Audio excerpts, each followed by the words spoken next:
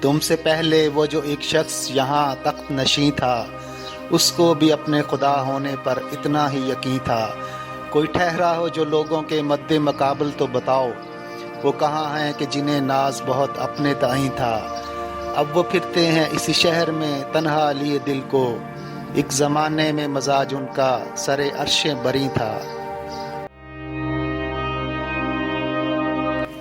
Governor general Ghulam محمد پاکستان کی تاریخ کا وہ سیاہ کردار ہے جس نے اپنی حرکتوں سے پاکستان کو اس وقت حال میں بھی اور مستقبل میں بھی شدید نقصان پہنچایا۔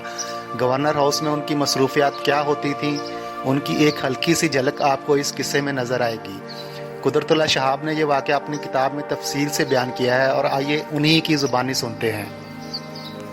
لیکن اس واقعہ کی تفصیل میں جانے سے پہلے اس چینل پر نئے آنے والوں سے گزارش ہے کہ ہمارے چینل کو سبسکرائب کر دیں اور ساتھ موجود گھنٹی کے بٹن کو بھی دبا دیں تاکہ ہر آنے والی دلچسپ اور معلوماتی ویڈیو آپ کو ٹائم سے مل سکے۔ شکریہ۔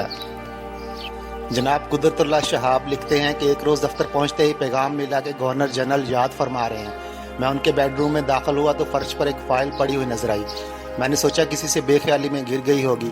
میں اسے اٹھانے کے لیے جھکا ہی تھا کہ گورنر جنرل نے اپنا ٹائم پیس تڑاک سے میرے سر پر دے مارا اور گرج کر کہا، فائل کو ہاتھ نہ لگاؤ، ٹائم پیس اٹھا کر یہاں لاؤ۔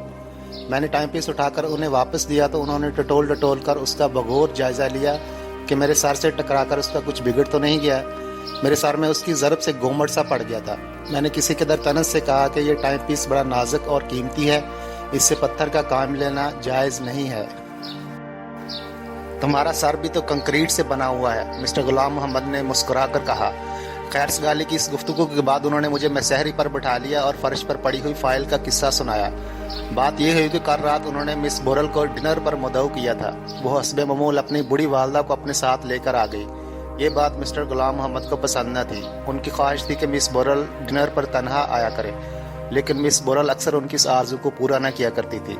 کل رات ڈنر کے دوران مسٹر غلام محمد نے مس بورل کی والدہ کے ساتھ بڑی بے رخی کا برتاؤ کیا اور کچھ نازیبا کلمات بھی کہے۔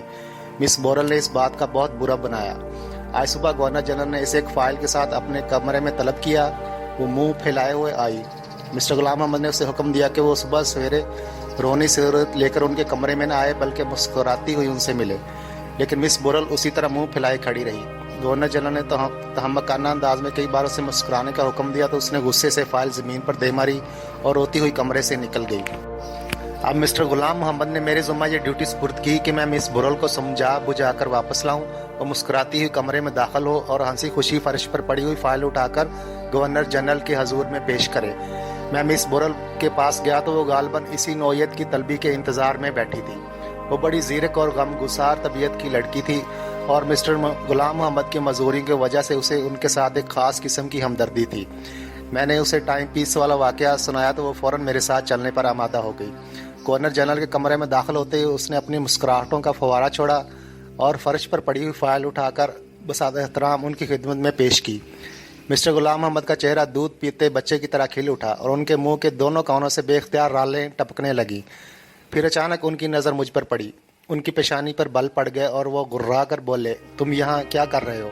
تمہیں یہاں کس نے بلایا ہے؟ میری نظروں سے دور ہو جاؤ۔